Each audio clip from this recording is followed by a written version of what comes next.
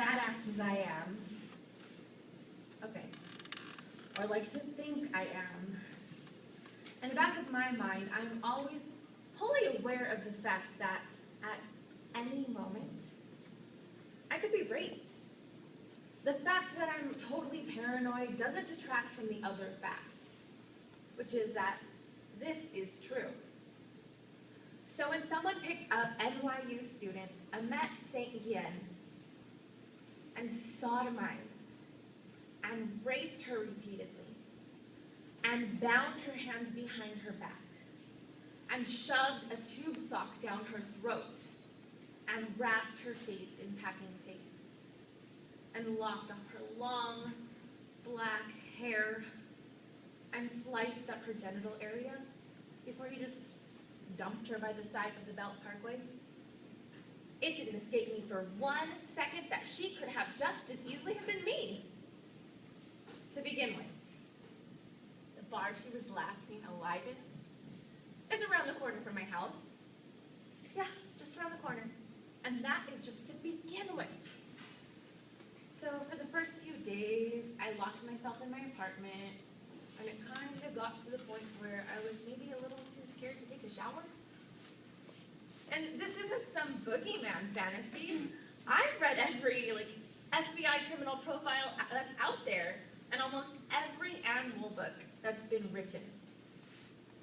Ignorant people who adore me tried to tell me that I was overreacting. Please, it was useless. I know what the fuck I'm talking about. I said from the get-go that the person who did this to Emmett was a serial killer. And everyone was like, Harriel, get a grip. So I did. I went to the gun shop, which is also down the street from my house, and I got a mace and a screecher, which looks like a baby fire extinguisher, but it makes a really loud noise. And then I got a big-ass hunting knife, with which, if need be, I could always chop off some guy's testicles. I tried to buy a stun gun, but the Chinese guy behind the counter was like, police only. I was unhappy about that because I thought that the gun, in addition to being able to immobilize someone, would kind of make a fairly sexy accessory, don't you think? So I made do, and for about 2 weeks, I was walking around with my hands in my pockets, one hand on the mace and the screecher in the other, and I was petrified. But you know what? I was also ready to seriously fuck someone up. So when I was profiling the killer over dinner, I explained that someone who commits a crime like this was raped before, because it's a fairly organized crime. It's just clear by the way that he killed her that he enjoyed it. Like he was some sicko, and that he could not be someone that was rehabilitated. Just based on the fact that it had been so violent, he'd likely been fantasizing about something like this for years. And then my friend looked at me and said deadpan, wow, P, sounds like you're about to crack this case wide open. And I was like, you can make fun of me all you want, but you'll see. When I find this guy, he'll have raped and killed before. And if they don't catch him, he'll definitely do it again. This guy gets off on this. Don't you get it? He likes this. It's a game to him. He enjoys the torture. And I'm not going down.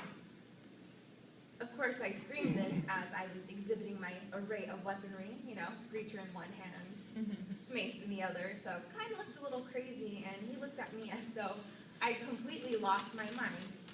So I ignored him and just continued. Amet St. Gian was a student of forensic psychology.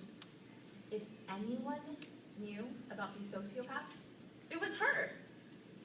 2 of her fingernails had been ripped off. Do you know what that means? It means that she fought like a fucking tiger. It means that if it happened to her, it could happen to anyone. Don't you get that? But wait, you're a guy. You have nothing to worry about because serial killers almost never kill grown men. So, there you go. There you fucking go with your 6 feet of height and your muscles and your dick between your legs. You have nothing to worry about. Except for me. You should be worried about me. You should be very worried about me because the reality is